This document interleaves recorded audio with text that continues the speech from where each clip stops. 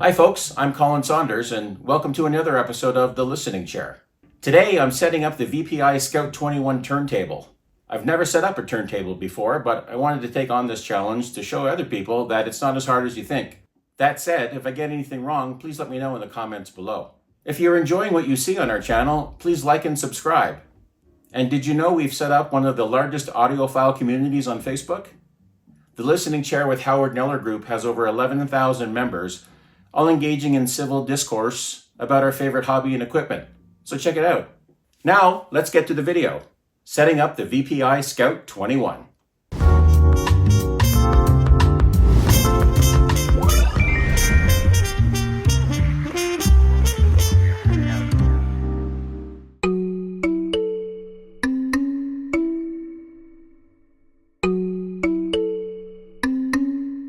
First thing we're going to do is set up the platter and motor.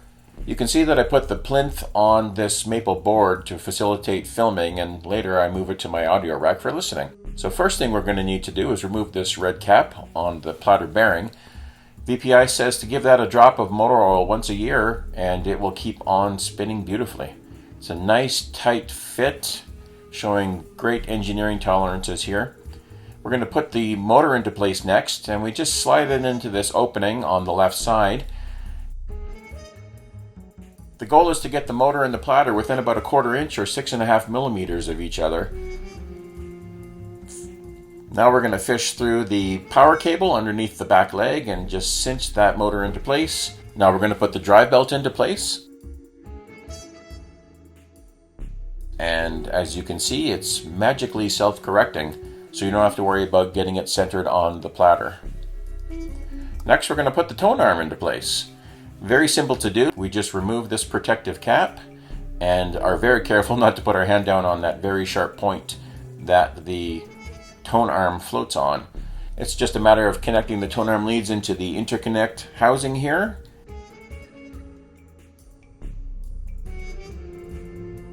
And next we're going to connect our interconnect cables and their respective grounds into this beautifully positioned interconnect box. Now we're going to install the Goldy cartridge by dropping its screws into place into the head shell, and behind my hand I am screwing it into place. VPI recommends connecting the leads in the order of red, then green,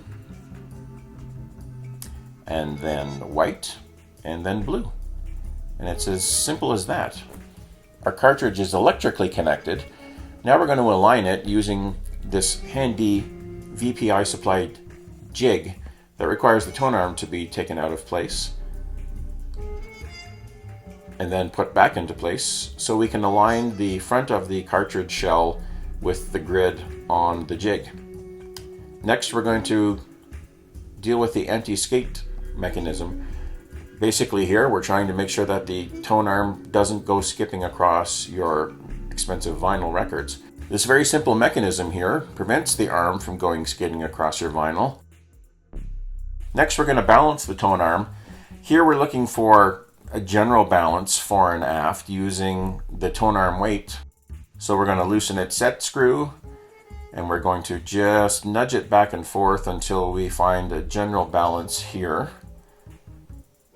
And once the arm is roughly balanced, we're going to lock that weight back into position just snugly, because we're going to be moving it again soon with the vertical tracking force. And that is getting the weight on the stylus into the ideal range. VPI recommends going with 2.2 grams, which is the high end of the range recommended for the Goldy. And so that's what I set it at. I'd like to tell you there was some voodoo involved here, but I just followed the manual and followed the video on the VPI website, and everything went fine. Now, obviously for the purposes of this video, I didn't film that on my rack.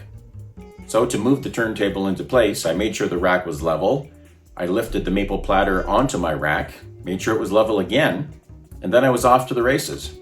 In the next video, I'll do a review of the VPI Scout 21 and the Goldy cartridge, and I will compare it to my long-standing reference, the Project 2 experience with Speedbox, with its Sumiko Bluepoint number 2. I'm also going to be making some 2496 recordings from my listening position and adding them to the video so you can hear the relative performance of these two turntables and cartridges. Until then, thanks for watching and take care.